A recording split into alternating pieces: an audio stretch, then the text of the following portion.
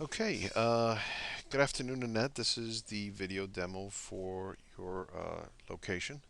I want to thank you first for meeting with me and allowing me to show you our product.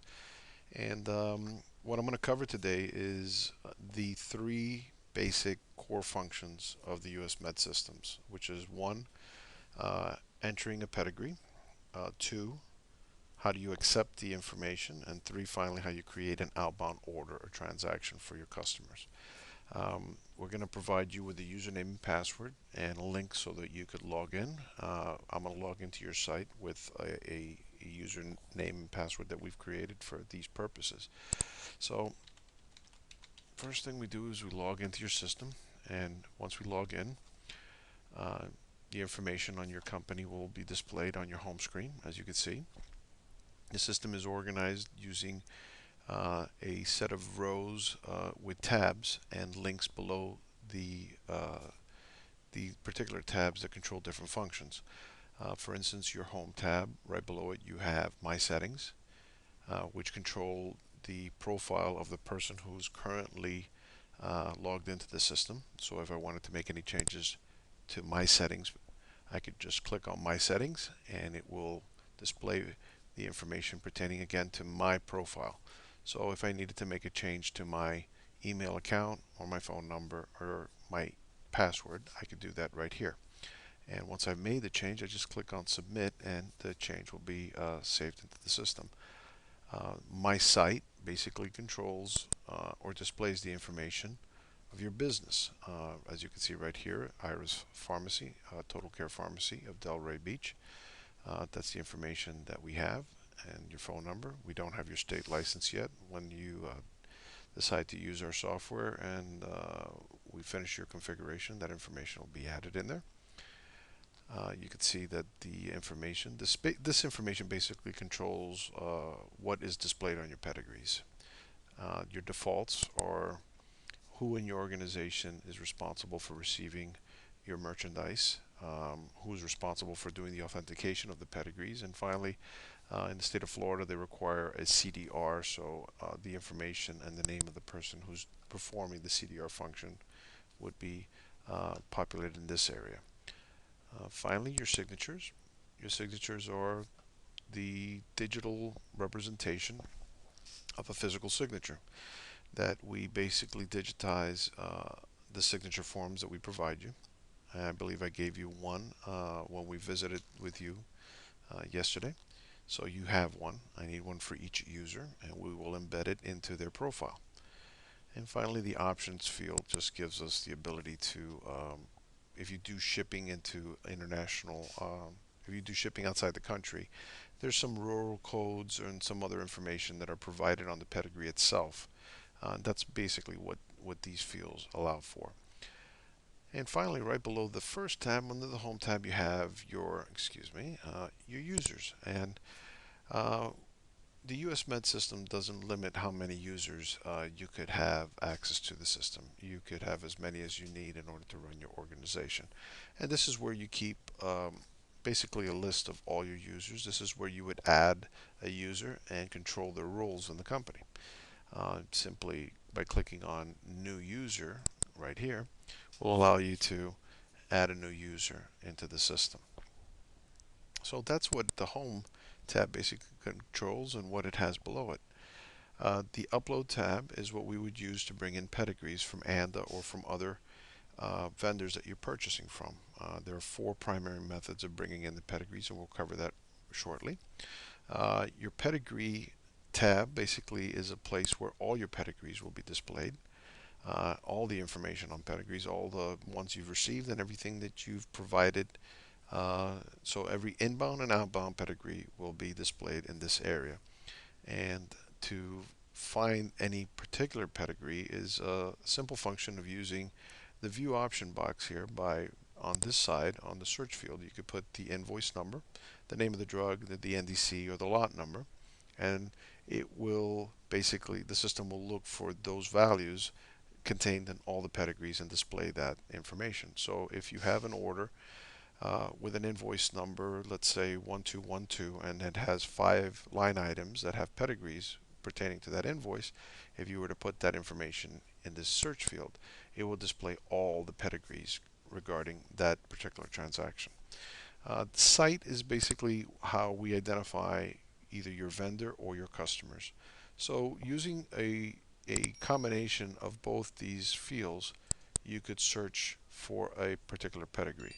So you could put in one field here, for example, the name or the number of the invoice, and then the well, that wouldn't be a good one because an invoice would be an invoice for that person. But let's say you're looking for a particular medication. You could put the NDC number here, and then you could put the name of the person that you're looking for, or the customer you sold it to, or who you purchased it from. Or you could just leave the NDC by itself, and it would show you all the purchases done for that NDC for all the places that you purchased it from. Again, this is just a combination of things. So you could see just your inbound versus your outbound. You could see pedigrees that are pending review, which we will cover shortly. Or you could see the ones that you haven't received or have not authenticated. So these filters basically control what is being displayed here on your pedigree screen.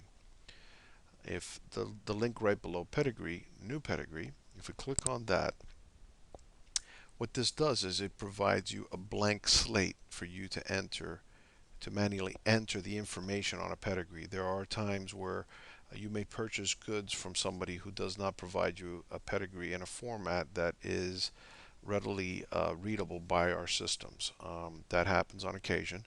Quality King, as I discussed with you, is one of those vendors that provide the pedigrees in an electronic format, but it's not really compliant with any standards that allow us to be able to read it. So in those cases that you have a pedigree that you need to enter into the system and our system cannot read it, you would simply click on New Pedigree. You will be provided a blank document, and you would enter the information into the system manually. So this would be the way that you would enter a pedigree manually. And let's leave this page here. Finally, your order and your inventory screen. It's pretty straightforward, and we'll cover that as step 3, as creating your outbound transactions.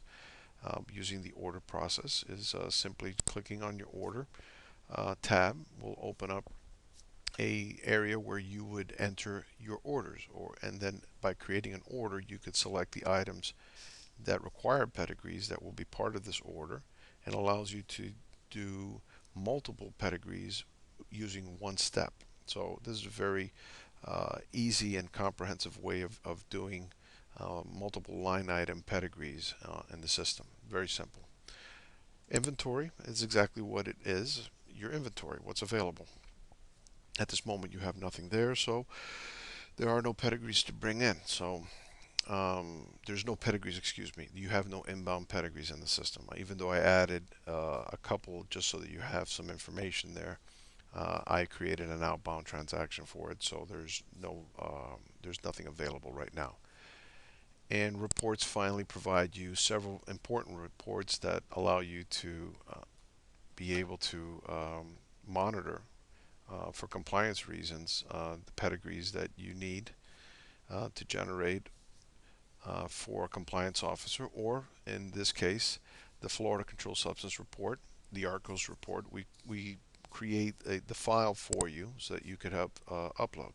So you just basically put in the range of the time that you're looking for, and you click on CRS file, and it will format the file in the specific format required. When you click submit, the system will create the report in a format that you could export and save to your system, and then upload it into the ARCOS system, which is very handy.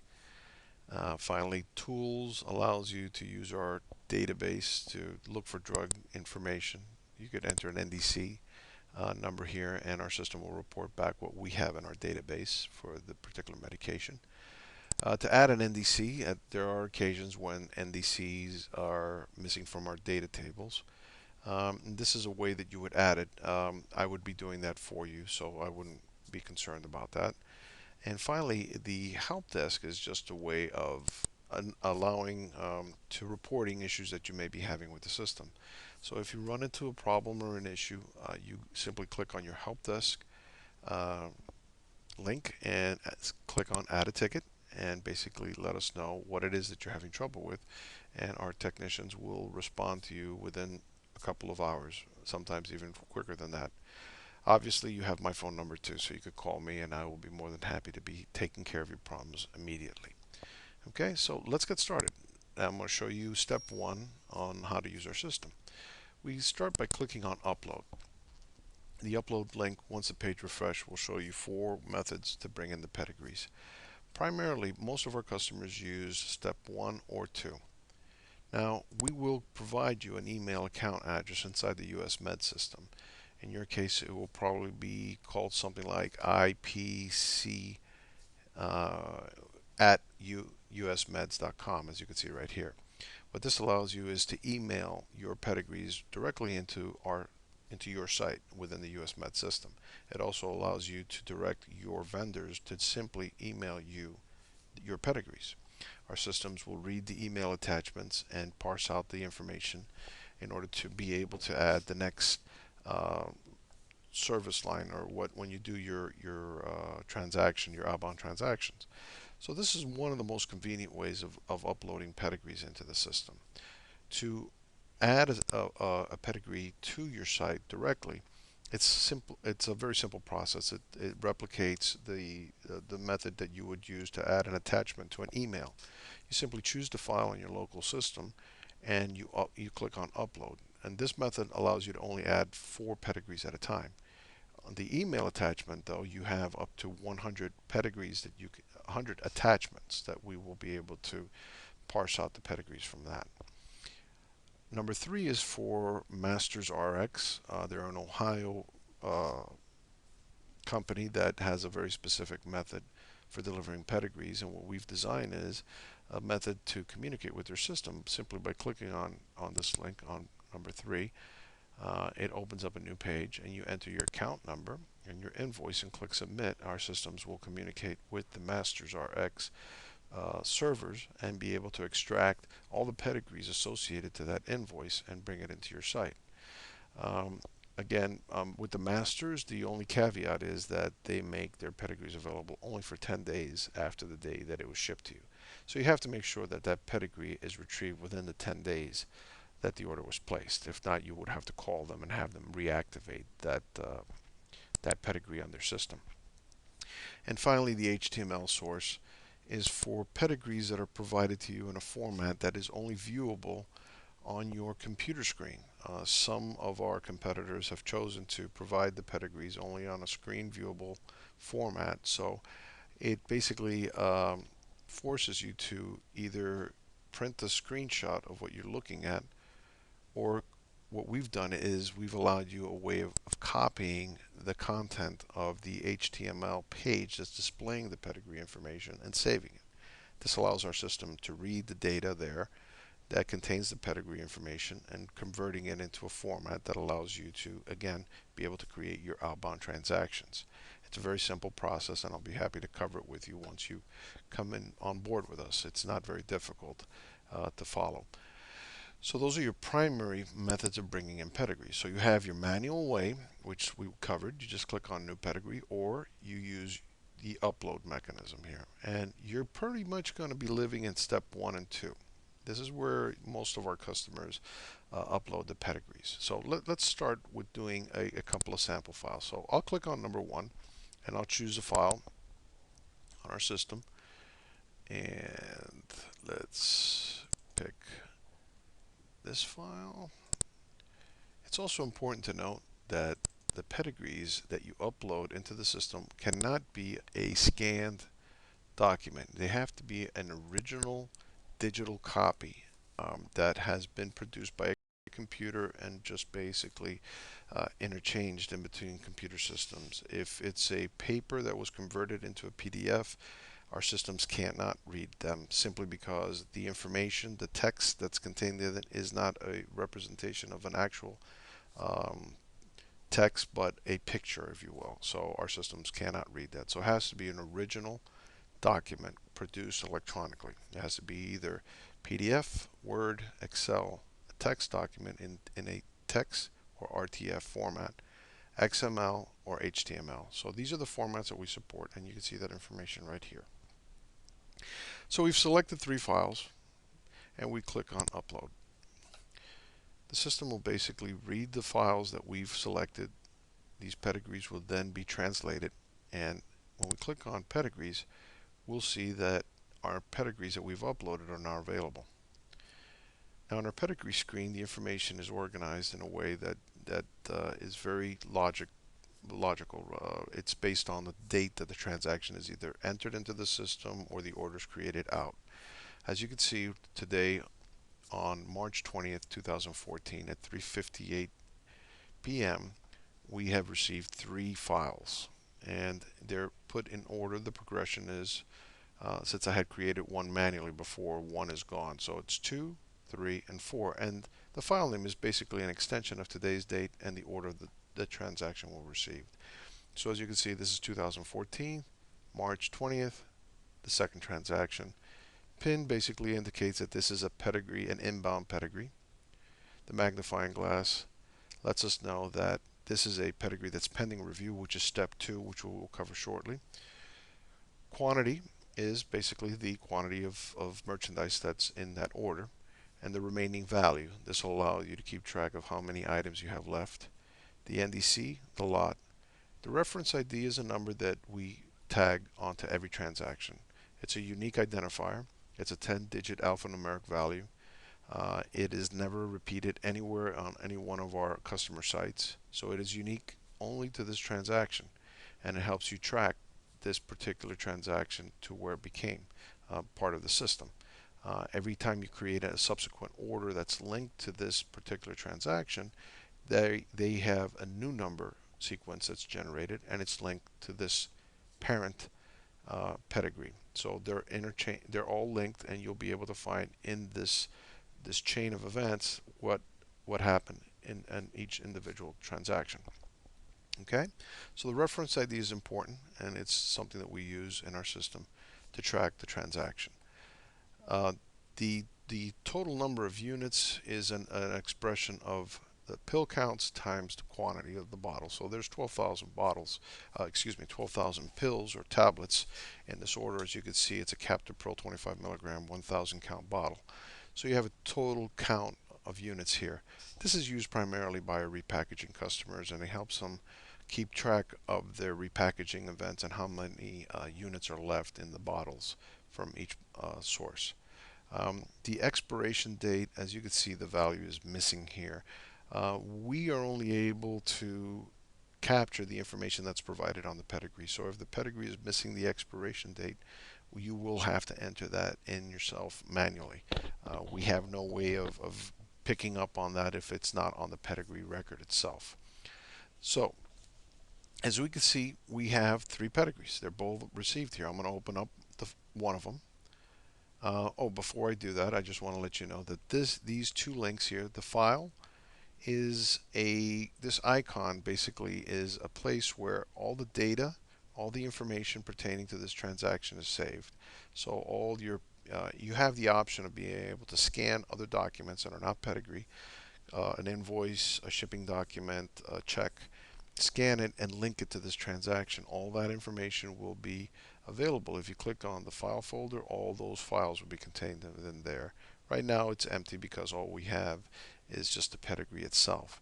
The public view is a link, a hyperlink extension. So if I were to click on this link here, it would redirect me to the USMEDs Pedigree Finder.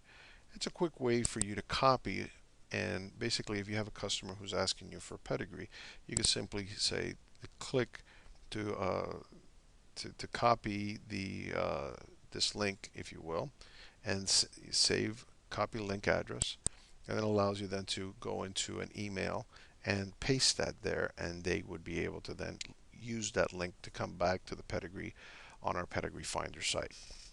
So we've got 3 pedigrees here, and now we have to do the second step in the process. The second step is just simply accepting the pedigree. Basically, by law, you're supposed to get your pedigree information before you receive your merchandise. So what I recommend to all my clients is, if you place your orders to your vendor today, you could bring in your pedigrees and have your shipping department could be ready to receive this this product and be able to check off on their portion of this of the process, which is step two. How we do that is basically we open up the transaction. As you can see, we have transaction one and transaction two, and this is a condensed view of this data. If we click on view, it opens up the other additional fields that are available to us. In this case, if we have the information and we wish to enter the tracking and shipping information, we can. And as you can see, it's a logical progression. Transaction one is always going to be the drug manufacturer to the ADR. In this case, it's ANDA. And transaction two will be the last person who owned the drug.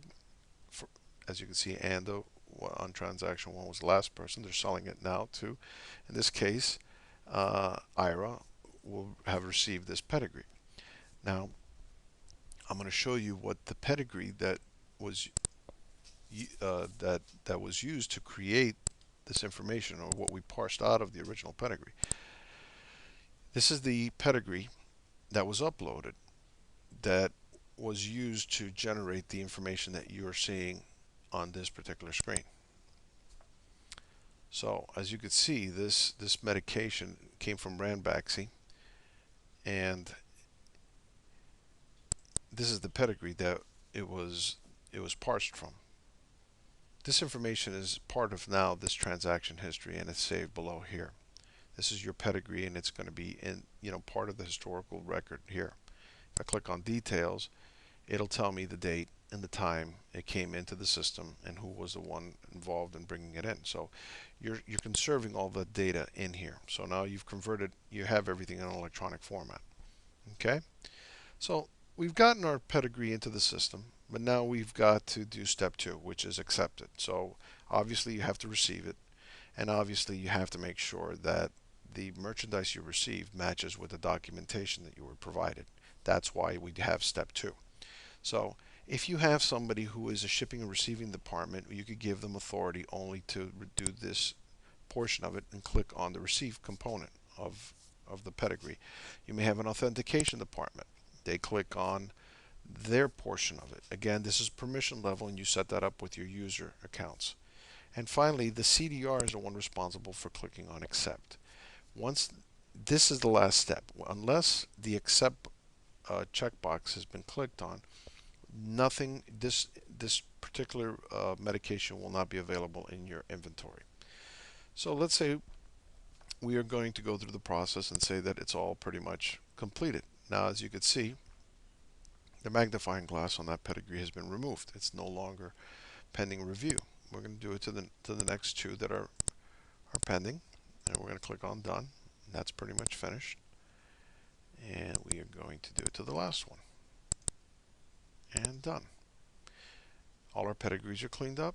If we were to go to our inventory, we will see that we have the Captopril, the Cefaxin, and the Mycycline available now for you to do your last step, which is create your outbound transaction or your orders to your customers. Okay? So we've covered the first step, which is we've uploaded the pedigrees into our system using step one. The same step that we used could be accomplished by just simply emailing the same files to your account. We've gone into our pedigree screen, we've opened up the files, and we've accepted the information as being true and correct, and that the merchandise came in good, that it wasn't broken, that the seals were okay, that all the information matches, so it's all good. So now we're ready to go in creating our orders for our customers, and that's very simple to do. We just click on the order link. At this stage, we're provided the order control box. This is where we basically see what we've sold to our customers. In the future, when you have multiple orders here, obviously you could use these search filter control boxes to do the same functions as you could with You could use these control boxes to do the same thing as you could in the pedigree screen. You could search by invoice, PO number, or your customer name. You could search by open or closed orders and find anything that you're looking for here. But let's create a new order. You simply click on Create Order. You enter the invoice number from your accounting system that you're going to use to create this order. Your PO number, if your customer provided you one. The date of the transaction. Excuse me, 2014. And who you're going to sell it to.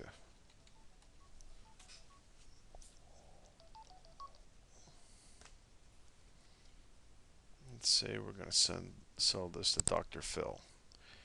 And we're going to create an order. We've created now basically a shopping cart, if you will. It's almost like it's exactly what that is. It's a shopping cart. It's a vessel where now we could put the items that we're going to be selling to this customer.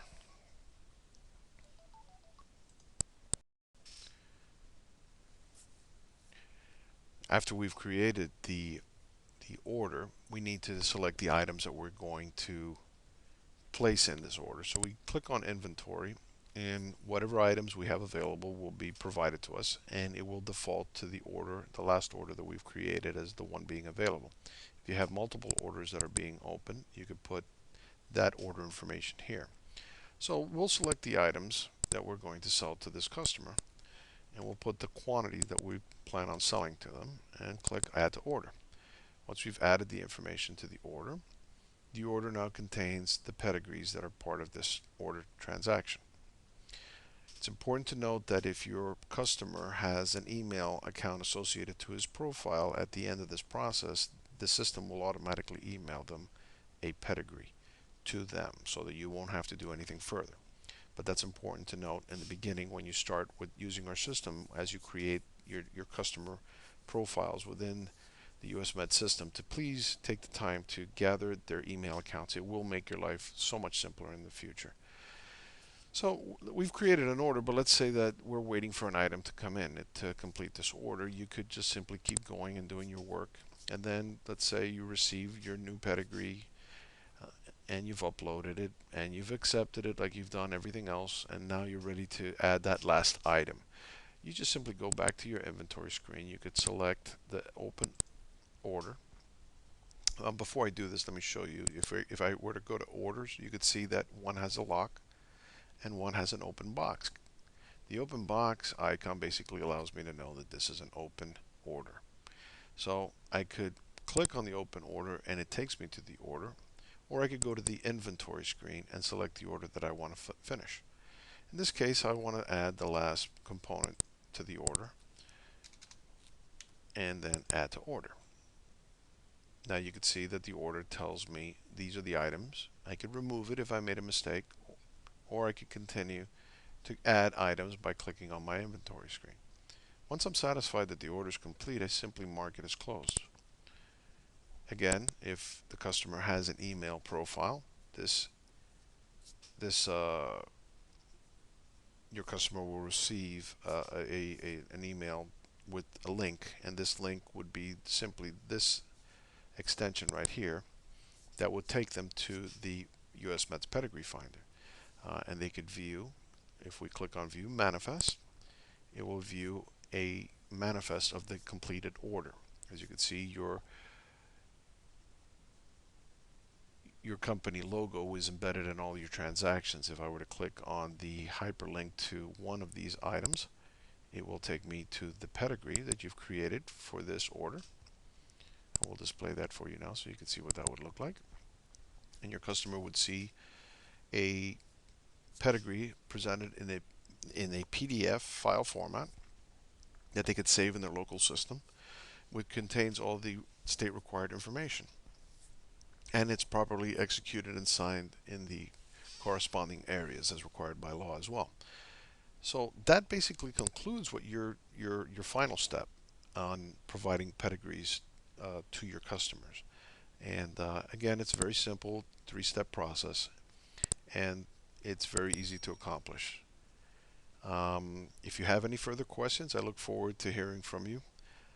soon, and I think I covered the basic steps. There are some other things that we could discuss later on how to automate the outbound orders using the order upload method. It's a little bit more sophisticated, but if you're doing high volume of transaction, this allows you to create hundreds of outbound pedigrees by uploading a single file. Uh, in the beginning, I don't think this is something that you should be using because it's always good that you get a idea of the fundamental steps of the program before you go into the automated process. That way, if something fails to um, to be created, you can understand where there's a break in the sequence. It happens sometimes, but it's an important component that I think that would happen after your initial training is established. Anyway, this is the US Med system. I hope that I've answered any questions that you have. If you have anything more that you would like to ask me, please feel free to contact me. Thank you very much.